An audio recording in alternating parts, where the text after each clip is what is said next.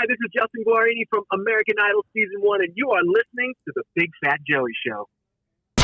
Broadcasting live from the WGBB World Headquarters here in New York. This is The Big Fat Joey Show with your host, Big Fat Joey. Morning, Sin. Big Fat Joey Show, biggest thing in radio. What's up? Here we go. It's Sunday. I cannot believe it. It feels like spring, and we have an amazing interview. Yes, it does. It was beautiful yesterday. We were up at Americana Manhattan, the high 70s. Might have touched 80. It was a nice toasty day. And by the way, for everyone celebrating Passover and Palm Sunday today, as well as Easter this upcoming Sunday, wish you all a happy holiday. I'm ready to eat some jelly beans. This one over here staring at the window. Because on the windowsill is what? Is a basket of Easter jelly beans and some Cadbury eggs. I think I say Cadbury egg. What are you doing over there? I'm If it's not my coffee, it's some other morsel of food that is floating in the office. Well, we have a great interview. Who do we have on today, Sen? We have American Idol's Justin Guarini. American Idol Season 1, Justin Guarini. He is one of the nicest people we've spoken with. He is so down to earth, so giving. He has tons of information. He loves American Idol. He loves music. He loves Broadway. And he loves motivational speaking. But in the 2 minutes a day he might have to himself, he also has 2 books out there right now. His first book is How to Land Your First, well, not how to land your first, but how to land that casting call gig. It's called Audition Secrets Volume 1, and now coming out in April, he's releasing his latest book, Unshakeable Confidence. In this, you'll find the powerful formula for being, doing, having, and giving more than you ever imagined. So, without any further ado, up next is our interview with Season 1 American Idol contestant, Justin Guarini. All right, everyone, let's welcome to the line one of the original contestants from the world-renowned American Idol. Also, Little Sweet from Dr. Pepper, a confidence coach, a mentor, and let's not forget Broadway actor, Justin Guarini. Justin, welcome to the Big Fat Joey Show. Hey, thank you so very much for having me on. I hear that music in my sleep sometimes, in my dreams. Hey, it's a pleasure.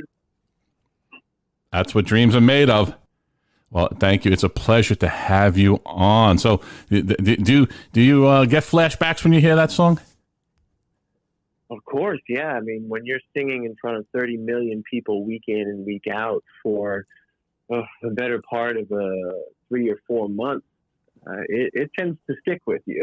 And then you go touring after that, and you do all these other things. You know, I love to tell people when they ask me, like, would you do it all over again, or do you regret? Because there's some people who regret, coming off and being a part of American Idol. And I say I'll never regret it, because it was an amazing experience. It taught me so much about myself, taught me so much about the industry, taught me so much about what people want from me and what I want from this business. And it set me up to have an almost 20-year career at a high level.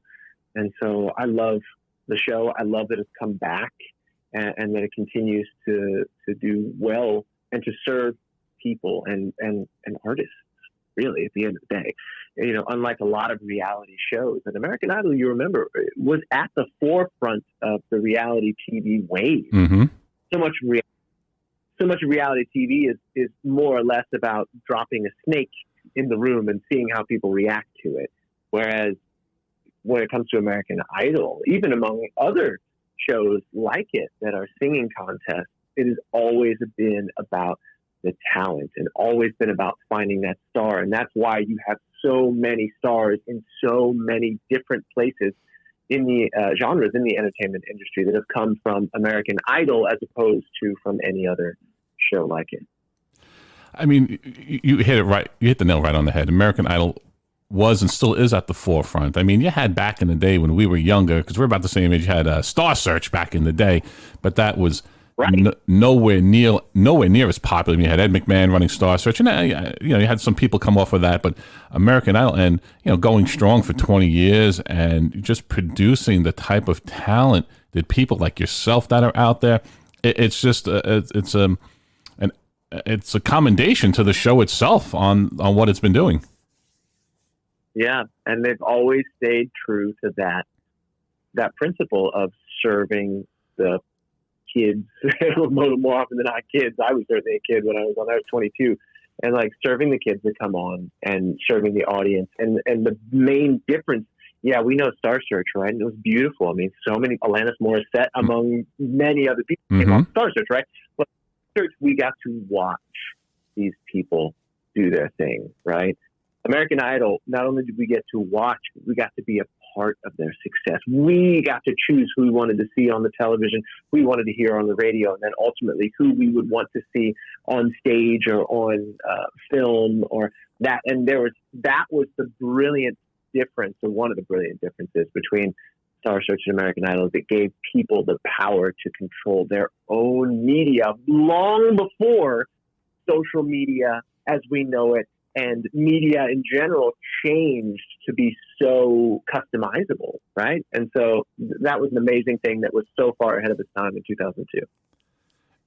Justin, you sound so good. It's Cynthia. Your voice is amazing. And you hit this is true because it's such a family show. It's clean fun. It's fun. And like you said, the audience can participate. You could sit home in your couch and participate. And it's like a family show compared to other things that are on that isn't really. Yeah, 100%. And I just feel, thank you, by the way. You sound great. You do. You sound like you were like you're right in front of me and you're like on the stage, like from the show. I'm telling you. Yeah, you sound beautiful. I mean, clear as day, and you sound like I heard you sound on TV. You sound great. Totally. Thank you. Yeah, I feel good. Really, at the end of the day, it just comes down to feeling good and just knowing that I have opportunities like this to come and speak about my journey and the ups and downs that I went through, because it wasn't always up. I faced a lot of serious challenges, and I love to tell people that I was born rather in Georgia, and I was raised somewhere in between Georgia and Pennsylvania. My mom and my dad lived in two different places, but I grew up in Los Angeles after that show. In 2002, I was 22, and I turned 23 on tour the year later, or just later on in 2002. And from about 22 to around 28, I did so much growing and learning, and I got so many of the things that I thought I wanted. I got the fame, I got the money, I got the clothes, I got the cars, I got the house in Beverly Hills, I got the maids, I got all the things, right? And I had to find out the hard way, but in a way that obviously allowed me to continue to grow. I had to find out that everything that I ever thought I wanted, all that stuff, wasn't what I wanted at all. And you know what? That's what I hear from a lot of people, because we all envision a step up or two from the life we lead, and then just so many people like yourself that are humble and are true musicians, actors. You do it for the love of the job. Yeah, of course, the money and stuff comes, but that's not, in my mind, and just, knowing you through the TV and, seeing what you've been doing the past 20 years, you're one of those people that do it for the love of the job. You didn't do it because someone said, hey, Justin, you can make millions if we can get a song to squeeze out of you. You're like, I really want to be a carpenter, but I guess if I can sing and make millions, I'll do it if I have to. That's not you. I feel you would have been happy just singing and doing your acting and dancing if you'd just be able to make a decent living to help support you and your family like everyone else. You'd be a regular middle-class guy. You'd be happy just doing that. 100%. I think the carpenter turned superstar route is exclusive to Harrison Ford. Yes. But beyond that, he did it right for himself. He did pretty well for himself for a carpenter, right? But I would say, I think that the entry point for me was always, and is always, the love of the doing, of performing, of singing, of acting, of dancing. And yet it is hard not to be enticed by the fame and the money, because that, especially here in America, is what we're raised on, right? Where the American dream, for better or worse, says that we can be anything, be anyone, do anything that we want to do, obviously with the bounds of morality and the law. And so, like, it's just so interesting to find that balance point, right? Because I know that my 16-year-old daughter, who was born with a phone in her hand, so to speak, right? Who didn't memorize numbers like we did, phone numbers like we did. Yep. Who instant access. I mean, Encyclopedia Britannica, she doesn't know what that is and she'll never know what it is, right? Nope.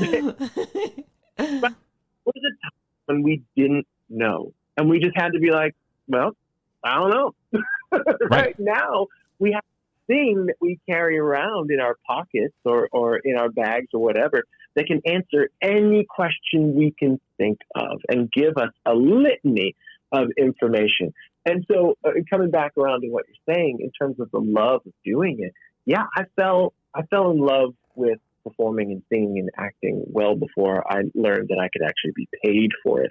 And then once I did get paid for it, I had to, and fell in love with being paid for it, I had to unlearn how to unlearn that thing of, oh, I need to be paid to do this now, because the weight of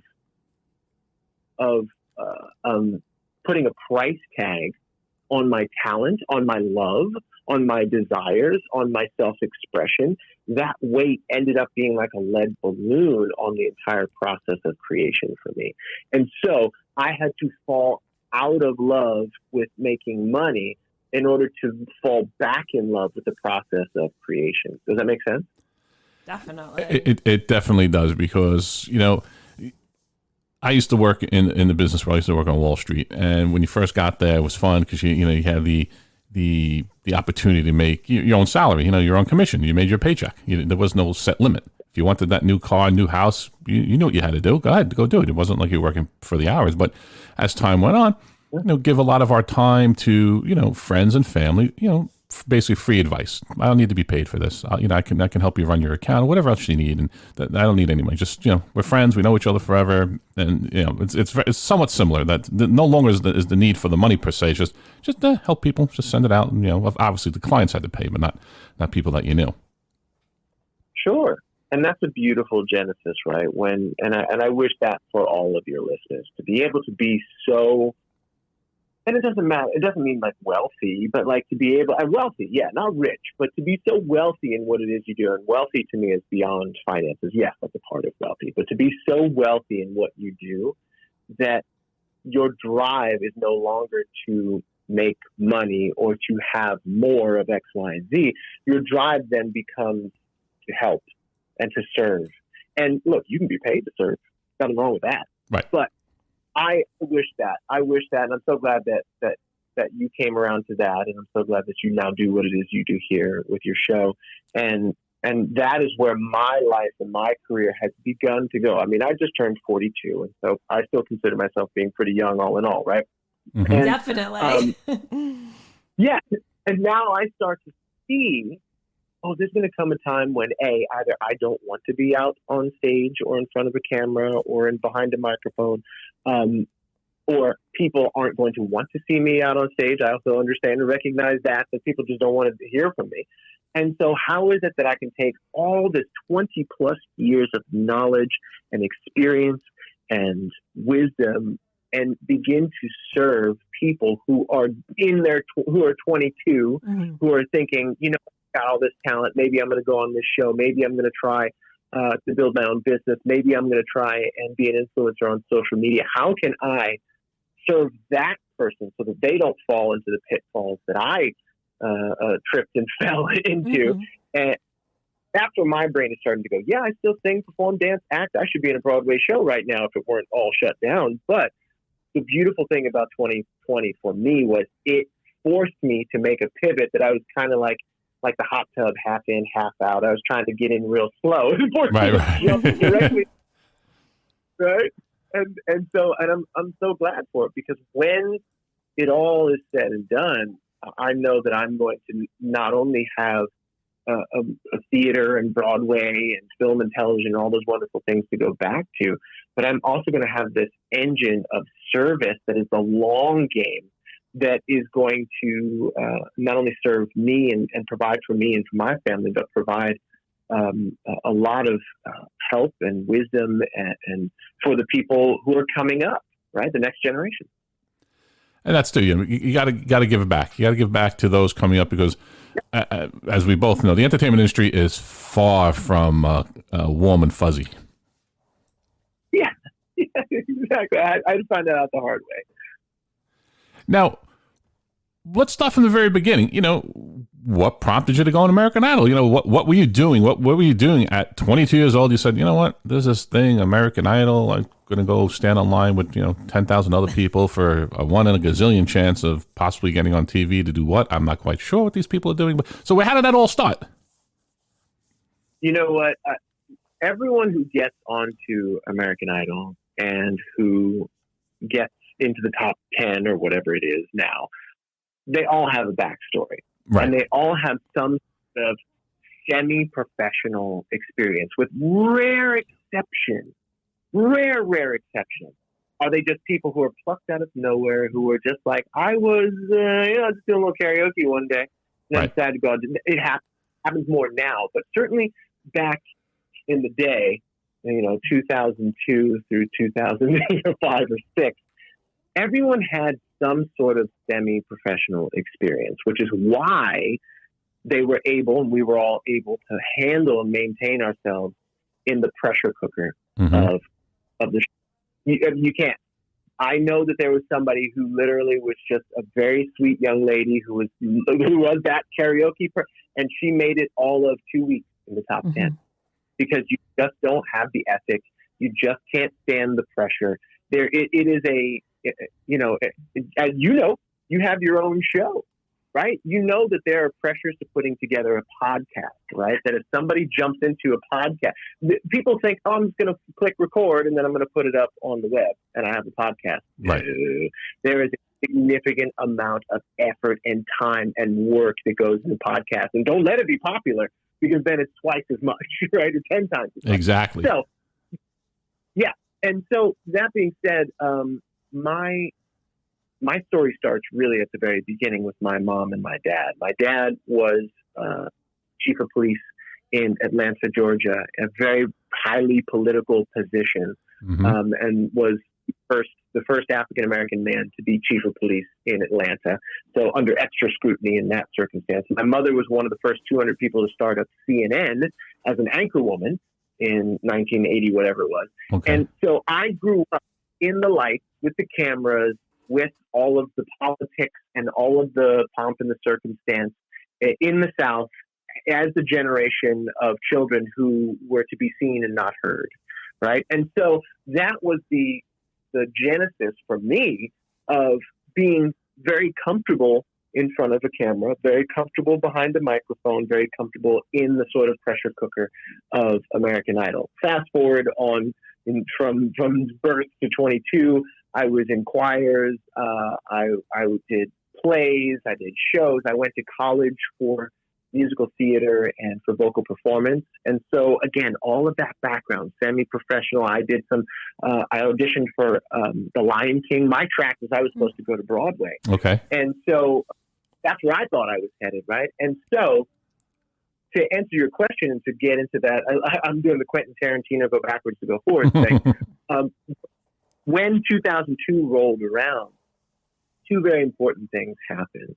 One, my mom saw a commercial on television for this new show nobody ever heard of called American Idol, which then she told me to go check it out on the computer. The computer, and remember 2002, the internet and not what we know it to be, right? Like AOL is still a thing and MSN message boards. Yep. Like message boards are a thing. Yeah. And so I go on to the fox.com/American Idol. Links don't work. It's janky. It looks like crap. But the one link that does work is the contract that you print out to sign your life away for. And so I did that.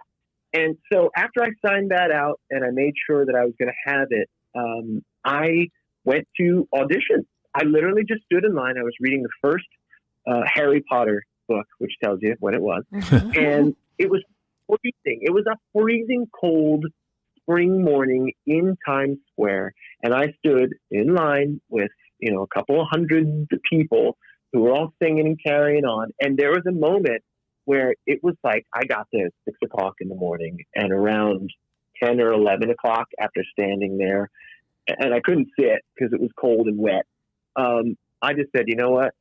I think I'm going to get out of line, and I'm going to go just home. I'm going to get on the train and go back to Pennsylvania and just, why am I doing this? And there was something just said to me, you know what? I think it was just out of convenience. I was like, I'm here.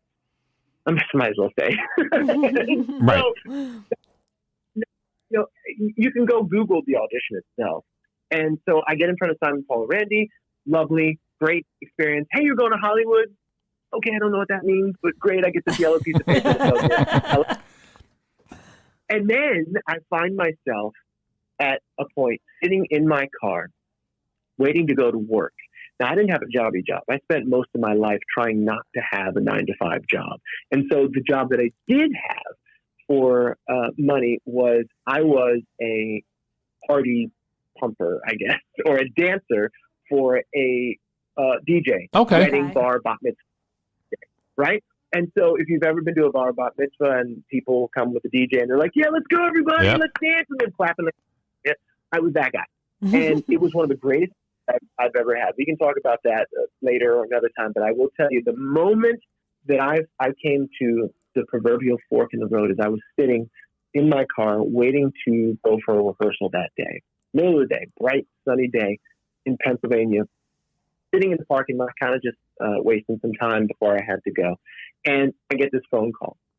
And there's a joke that we often like to make in the theater community. When the phone rings and you're talking to someone, you're like, oh, excuse me, it's Broadway calling. Like, hardy, Broadway's calling. Well, Broadway did call me.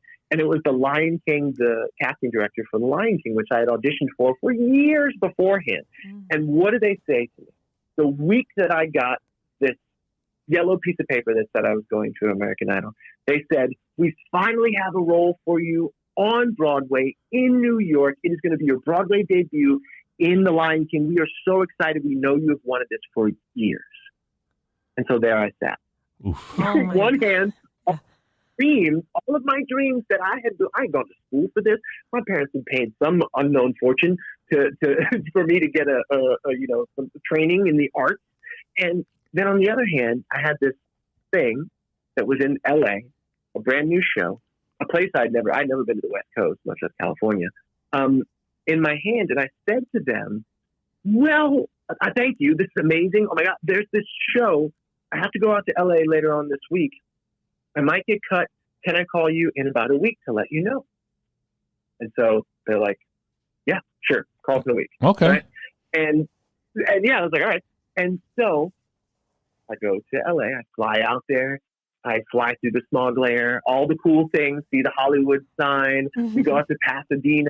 They put us through everything that Hollywood Week to be. We don't sleep. We got to choreograph our own numbers. We've got to learn things in record time. We've got to be able to sit for long periods of time and stew, and then boom, at a moment's notice, get up and perform in front of the cameras. Cameras are everywhere. All of these amazing singers are around. Everyone is talented. The very first day they cut us in half. The very next day they cut that group in half.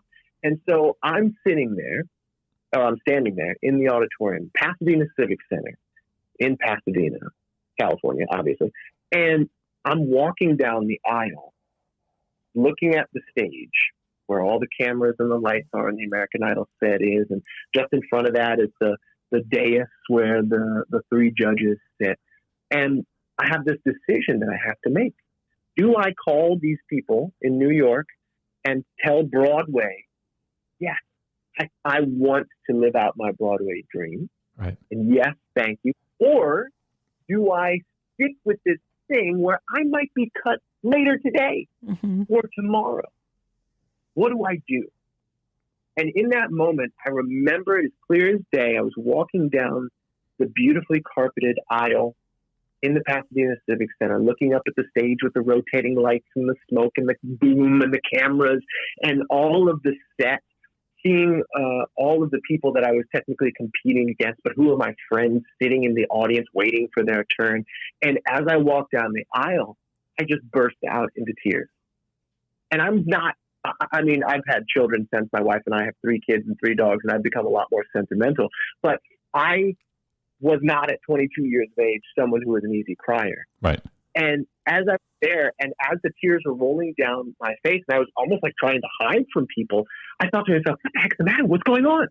And I recognized, looking up at the stage, that on that stage, the same stage that I was singing on, the same stage that I was being praised for my work on, the same stage that I was on this TV show that no one had ever heard of, but something felt really good about it, that was the stage at the 50th anniversary of Motown, where Michael Jackson first introduced the moonwalk to the world. That was the stage that I was singing on. Wow. That was the stage that was the stage that so many of the people that I knew and I loved, it's where they do the BET Awards. Mm-hmm.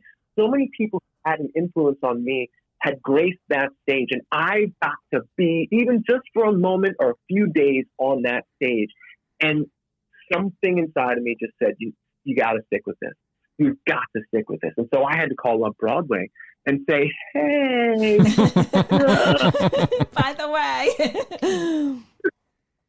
Hey, there's a show you've never heard of. It's out in California. I think I'm going to go with that instead of going with a Broadway show that will never, ever close, The Lion King, which will be on long after you and I are dead and buried in the ground. That thing is going to keep going. And I turned down, guaranteed money, unless I was injured or something like that. I would have potentially maybe even moved up from a chorus role into the lead. All those things that could have happened. Right? I turned it down because there was something inside me that said, this is the right path. And to put a bow on this very long story, what ended up happening was 10 years later, after the lights of American Idol went down and then everybody saw, 30 million people a week, 50 million people at the finale, 10 to that finale, I would actually star in my very first Broadway show. And our opening night party was held in the very same hotel, in the very same conference room that I sat and waited to audition for American Idol. Wow. That's crazy. What a coincidence. Right? Yeah. I was in there and I'm like, this place looks really familiar. Oh my goodness, I can't believe it. And it was wild. And so I just have had those 360 moments in my career, so many of them. But that is the long story, slightly less long, of my American Idol journey. No, but you knew it was meant to be. Like, that was your path, which is like, how many people can recognize that? I don't think a lot can. Like, you recognize that, like, this was meant to be. Dumb luck. Really. It just was good. I don't want to say dumb luck because that cheapens it, but like, it was just totally walking in faith. And I didn't know it was that at the time, but that is something that I've found, when I'm doing the work and when I'm living right and right by me, by my standards and living in integrity, when I then have that voice in my head that says this is right or this is wrong, I listen to it. And that's walking in faith and keeping my own integrity. And more often than not, good decisions come out of that. Who was your biggest supporter? Was it your family, friends, everyone, or did people like turn on you like when you were going through the whole process? My biggest support was definitely my family. And I would say we were each other's support system and the contestants on that show. At the end of the day, we had each other and we had each other's backs and we were competing, but especially that first season when we didn't know what was at stake, when we didn't know that it was a monolithic thing like the kids who came on later knew, right, and understood. We didn't understand. We were flying the plane and building it at the same time. You know what I mean? Everyone, executive producers on down to the security guards at CBS Television City, which is where we filmed the Fox show, funny enough. we were all flying by the seat of our pants that first year. And so we all had unprecedented access to one another. Like, we had access to the judges had access to us, we had access to each other. It was a whole thing because we were just this big family trying to birth what we didn't even know what it would be, but the potential, once we realized by the time we got to the finale, was amazing. And so we all had each other's backs throughout the entire experience.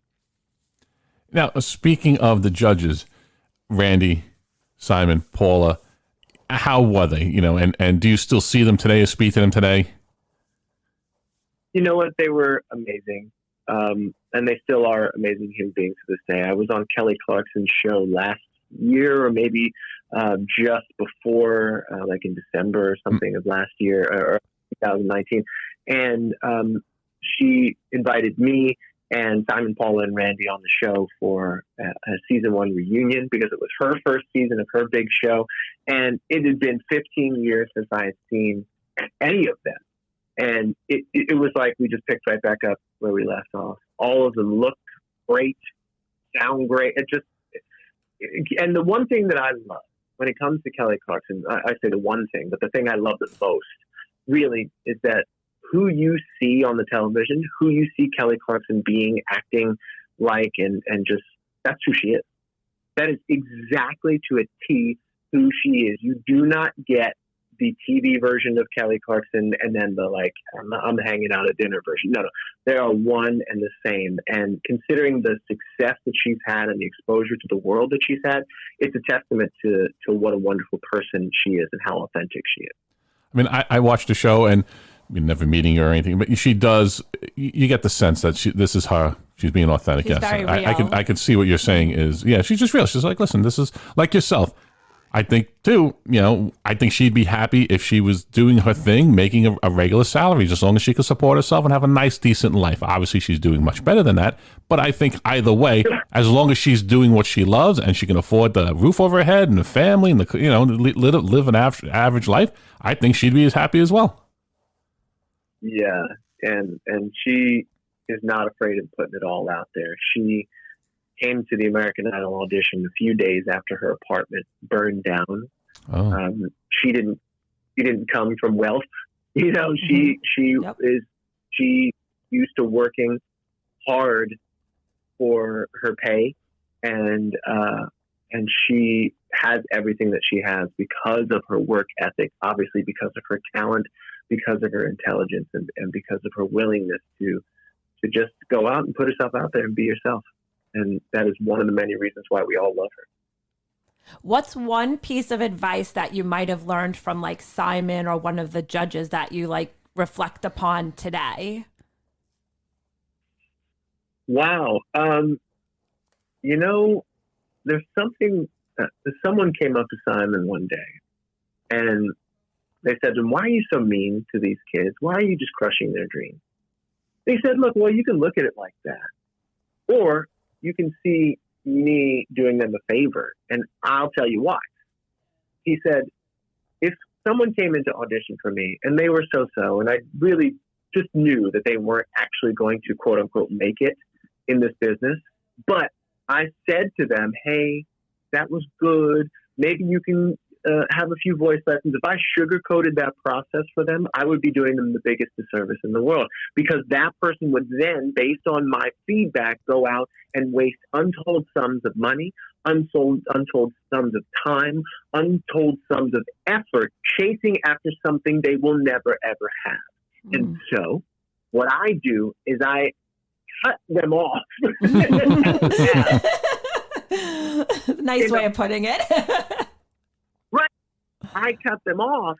So, and almost, a big buzzword nowadays that wasn't there, but it's like he forced them to pivot away from something that is going to be a waste potentially for them and towards another thing that is going to serve them. And so do I think it's the best way of doing it in the world? No, of course not. Who does?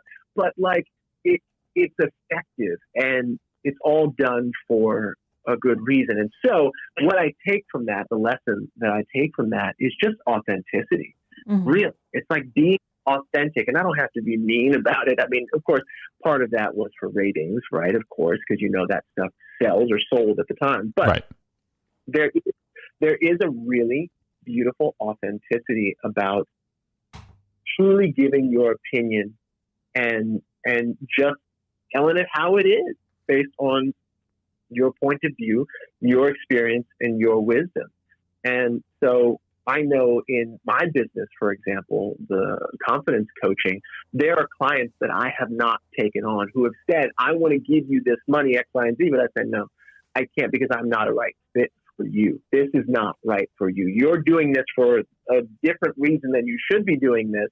And I know that if I were to serve you, I would be not standing in integrity in trying to help you. So it's just really being in integrity with your word and with your actions. Really, that's a beautiful lesson that I've taken from that. And that definitely works, because, as I said before, working in finance, I had people who wanted to do, day trading, wanted my advice, as I was, there. I'm like, listen, I'm not a day trader. I can't pick the winner of a one-horse race. I'm a long-term guy, so if I'm not going to be good for you, you need to go to somebody else, because I know you have a ton of money, but it's not going to work. You're going to be mad at me within a week or two. Exactly. And there's all kinds of negative things that can come from that experience. People get funny about money too, right? So right. That's right. Now, since you've actually made it back to Broadway, you're doing your motivational speaking. How did that come about? What was your aha moment? So, you know what, I have something I can give to people. I have, a way of not life, but some wisdom I'd like to share. What made you get into that? Well, I've always, again, you want to go all the way back to the Genesis. I am the son of someone who knows how to spin the word, not only as in politics, which, as Andrew Lloyd Webber writes, politics is the art of the possible, but also someone who's a great orator, someone who is an ordained minister in my father, and then my mother, who knows how to handle herself in front of the camera, knows how to put sentences together, and run interviews and do investigative journalism. And so with that sort of genealogy, I then just basically have been someone who is not afraid to be the ombudsman, the guy who gets shoved out in front. Whether it was in high school when we were having problems with the theater, they shoved me out front to go talk to the parents and the kids. I mean, obviously there was an adult there as well, right. But like they put me front to go and be the face of. Whenever I was on American Idol and the 10 of us were in an interview and somebody asked a very difficult question, 9 heads would turn towards me and I would be the one the question, right? Because that's just what I do and I do it well. And then over the years, people have come to me with challenges in entertainment, challenges as entrepreneurs, challenges as influencers. And I'm beginning to notice just the pattern. I've begun to notice the pattern of the challenge that people have with the simple a game of confidence and a lack of confidence, and allowing shame and blame to really stop them from having what it is that they deserve, that they've worked hard for, that they want. And so along comes 2020, and I've done master classes, and I've talked in front of audiences, and I've done this, that, or the other. But my just the blessing of 2020, as awful as a year as it was for me, my family, and everybody in between, it was a huge blessing for me because I was forced to pivot away from an industry that got completely decimated, that is still reeling, still trying to find its footing, and towards something that I was already doing, something that I had wanted to do, and that I was like, oh, well, I'll do that when I'm retired or whatever. You know what I mean? That sort of, oh, that'll happen down the road. And the road came up to meet me in the face, and I decided that, hey, I'm just going to go all in on really mentoring and helping to inspire and helping people, whether it's in the entertainment business or whether it's entrepreneurs or influencers, really develop what I call core confidence in their lives. Now, I understand you just finished up your Profit Under Pressure speaking engagement, so that's what that's all about, showing people how to become more confident? Yeah, sure. So it's the Core Confidence Challenge, and now actually I'm going to do a one-day intensive where I have about 5 amazing speakers come. I have a Broadway star who's coming. I have a neuro-linguistic programmer who's coming to speak. I have a guy named Frank Lopes, who is an award-winning author who Forbes said this book is one of the 7 purchases you should make in 2021. He's going to come teach his technique. And so basically what it is, it's the Profit Under Pressure Core Confidence Intensive, where we're going to get radically clear on what your vision is for 2021 and beyond when it comes to the core framework of core confidence, which is clarity in your life, the commitments that you are willing to make based on that clarity, the creativity in terms of figuring out how to make these things happen, and then the certainty, increasing the certainty in your life, that trust in yourself. And when you take that clarity, that commitment, that creativity, and that certainty, those 4 key skills, and you develop them and you marry them up to 4 key elements of your life, your body, your spirituality, your relationships, and your business, then you create a bedrock foundation of core confidence, recognition of your own self-worth, really, if you want to go a little bit deeper there, recognition of the fact that you alone can only deliver what it is that you can deliver. And on that foundation, you can build the body, you can build the business, you can build the spiritual connection, and you can build the relationships, whether that's with your significant other, with your kids, with your family. You can build that life that you want and that you've just been hoping for, right? And just been kind of trying to make happen. But this is a formula for success that works and it's proven. And really excited one day intensive that's coming up, and for the other programs that we have coming down the line for Profit Under Pressure and the Core Confidence Method. And I think that's what a lot of people need, because there's so many, and I'm using the word talented, and when I say talented, I mean talented in whatever makes you happy, whatever moves you. You know, talented in math, talented as an accountant, talented as a a police officer, talented as a doctor, actor, radio, a carpenter. And I think a lot of people need that push to say, listen, this is what we need to look at, and this is how you can find more in yourself, in a deeper meaning to what you're doing. Yes, absolutely. Absolutely. And it just comes, the first thing that I love to really help people discover is to get clear, gain that clarity. And, a lot of people say the truth will set you free. But, the truth is different for me than it is for you, than it is for our parents, than it is for a person down the street. If anything, the past year in politics has shown us that the truth can be anything, right? Mm-hmm. You can find whatever is you want to be true on the internet or across media, right? Depending upon where you look.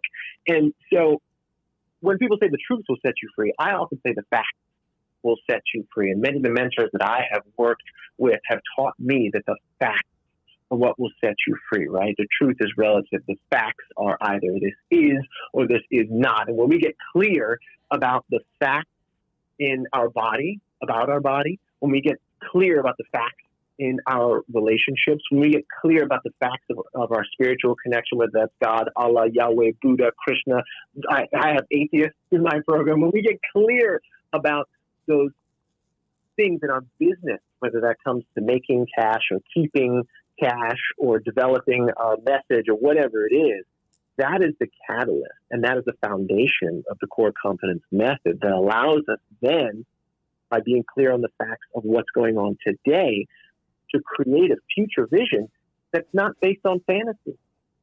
Because when we're unclear about what's happening today in our lives, and look, every single New Year's, what happens? Rolls around and we do what? We say, oh, this year I'm going to lose this weight, or I'm going to gain this weight, depending on what it is your goal is. Man, no, it's always gain. It's always gaining. It's never, the losing part never works. And listen, just like George Costanza said, Jerry, if you believe in it, it's not a lie. Exactly, right? Yeah. And so, like, why do New Year's resolutions not work for the most part? It's because our fantasy, our futures, that future vision is based on a fantasy. It's based on someone who doesn't exist, right? We don't have a path or a map to get us there. And we aren't clear about where we are today and the steps that it takes, and not just physical steps, but the mental, the spiritual, and the emotional steps that it takes in order to become that person who has that thing that we want. And so without droning on too much about it, those are the things that we tackle in the core confidence world. And certainly we are going to be tackling that and the step-by-step procedures on how to create the kind of lifestyle and life that you want based on the concept of core confidence and that trust and belief and self-worth in ourselves. Well, you know what? Speaking of finding out what you want, I know my audience wants to know a little bit more about Justin Guarini. So up next is everyone's favorite radio game, This or That with Sin. Are you ready, Justin? I'm ready. Let's do it, Justin. Here we go. All right, American Idol or Broadway? Ooh, the question that haunted me in 2002. Wow. Oh, man.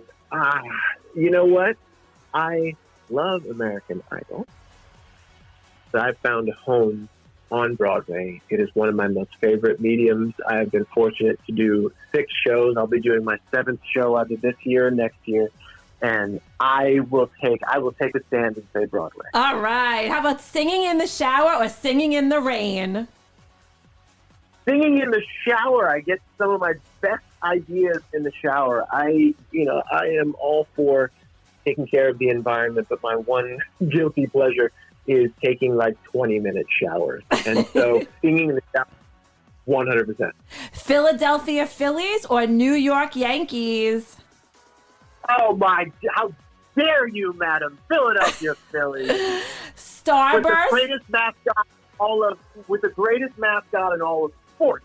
Yes, the Philly Fanatic is the greatest mascot in all sports. How about Starburst or Skittles? Skittles. Taste the rainbow. Philly cheesesteak or New York slice? Ooh, man. You know, I will say I was raised on the bread, butter, and cheese and meat of the Philly cheesesteak, 100%. How about Pat's or Geno's? Ooh, Geno's, because I happen to know and love Gino Bento quite well. And lastly, Spin the Bottle or Twister? Ooh. Well, I'm an old school. I like Spin the Bottle. Yes. Thank you. I agree. 100%. Yes, Justin. Thank you. That's an awesome video. I love that. That's so much fun. Yay. Now, Justin, amongst a million other things you've been doing, acting on Broadway, singing, a dad, children. Motivational speaker, children, you've also written a new book, Audition Secrets, Volume 1. What's that all about? Sure. That actually is a book that I wrote for entertainers, and it's the behind-the-scenes guidebook for nailing more auditions and booking more jobs. And basically what that is it offers up 5 actionable items, things that you can do the day you read it when you go into an audition. Now, I originally wrote it back, it feels like back in the day when we used to be able to walk into a room to audition, and we're going to be able to do it again. But for anyone who is in the arts and who has to audition or knows someone who does, it is one of the greatest books because it helps to just make 5 very powerful shifts in terms of your mindset, in terms of how you walk into the room, how you perceive yourself, how you perceive the people who are in the room. And it helps to set you apart from all the other people who are auditioning for the same thing because you walk in with a sense of power. You know, one of the reasons why I wrote it was because in our business, actors and singers and dancers have all trained and educated that we are just cattle to be bought and sold at market, and that we don't have any power when we walk in the room. And so many people walk into the room in an energetic sense, begging for the job. Like, please choose me, oh God. But this Audition Secrets book shows you how to walk into the room with power, with an intention that instead of begging for the job, lets you walk in with your head held high on a level playing field with the people on the other side of the table. And it gives you some little techniques that you can use to ethically tilt the audition in your favor. Well, you definitely need whatever tilt you can possibly get, because auditions are brutal. Because you don't know what they want. You think you are what they want based upon the description, and meanwhile, just their whims change like the wind. Like, you know what? Yeah, we thought we wanted X, Y, Z, but now we want ABC. So yeah, you none of these are what we're looking for. Let me tell you this much: a lot of times, a big secret. A lot of times, the people on the other side of the table don't really know what they want, Right. and that is a beautiful, beautiful thing to know and to understand, because when you walk in being 100% yourself, delivering a performance that is unique only to you, you have the opportunity to show them exactly what they want. And it's that kind of power that when you can walk into the room knowing and understanding that, let me tell you, that's game over. You might not get that job, but they're going to recognize that you walked in differently than anybody else. And they're going to call you back to another job and another job and another job, and eventually you're going to book something. Yep, and some of the casting agents I know, they've said that. They said, listen, we kind of don't know what we want, but when we see it, we'll know it, and that's when we'll choose. Absolutely. Absolutely. Now, Justin, how can my audience find, follow, and keep up with everything Justin Guarini? Hey, it's super simple, and thank you so much for asking. Just go to @Justin Guarini on pretty much any social media platform you can think of. If you can't spell Justin Guarini, don't worry. Just Google the guy with the hair from American Idol. And I should be the top of the list, hopefully, of the people who pop up. And so, yeah, it's just really @Justin Guarini on Twitter, @Justin Guarini on Instagram and Facebook. And what else? And also Clubhouse. Have you guys heard of Clubhouse? Mickey Mouse? Heard of Clubhouse? It's amazing. Mickey Yeah, Mouse. Club. Yeah, exactly. The Mickey Mouse Clubhouse. KYMOUSE. No, what's Clubhouse? Clubhouse is a brand new audio-only app that I have absolutely fallen in love with. There are about 8 million people on it right now. It's invite only. And so far it's iOS. And it is just, there's amazing, amazing amounts of artists and entrepreneurs and influencers and everyday people on there who are all just creating this beautiful community where we serve and we help each other out. And you can go in and you can just, it is just like talk radio on steroids, basically. And it's awesome. Yeah. I'm going to have to check that out. Clubhouse. Check it out. No doubt. Jot that down right now. 100%. Now, what else do you have in the pipeline? What else is Justin Guarini up to? Well, you know what? I am in the process of really focusing on this business and waiting for the world to come back to itself. And you both. We're all waiting. And, yeah, exactly, right? And that's it. So really, I'm just focused on this business. I know that my Broadway dreams and love will come back around when it's time for Broadway to do that. And so I've just been focused on really helping influencers, entrepreneurs, people in the entertainment space really develop core confidence in their lives and just honing my message and just doing that. That is my main focus. And auditioning here or there for things, but really I am just interested in serving my community as best I can until my other community comes back and I can serve in that way on the stage as a performer. Well, you know what? I think everyone should take the lead from you and definitely help out as best they can, whoever they can, with whatever way they can, because we can all do something for someone or something and make everyone's life a little better. Because, yes, 2020 definitely has, I believe, and I know for myself and Sin here, has really rearranged a lot of people's priorities. Yes, 100%. And I think the people who are going to be the most successful going forward are those people who reach out to one another are those people who help and are those people who really circle the wagons with their families, their tribes, their businesses, and really look for opportunities to serve. Because there are so many out there. There's so many people in all walks of life, in all businesses, who have been devastated by all the events of 2020. And I don't just mean the pandemic, right? Although that was a large part of it. And so we have an opportunity. We have an opportunity here to grow and expand and to pivot our lives and our businesses in ways that we didn't maybe think were possible, right? Some of us have to be forced to do it. Others of us have a choice to do it. But at the end of the day, that is the silver lining in all of the tragedy that 2020 and the beginning part of this year has offered up for us. Well, you know what? Yes, and I think 2021 so far, knock on wood, so good. I can't really complain about it. Well, Justin Guarini, thank you for being on the Big Fat Joey Show. I wish you nothing but luck and success. We had a great time, fun interview. So fun. Thank you so much. I could listen to your voice all day. You're the best.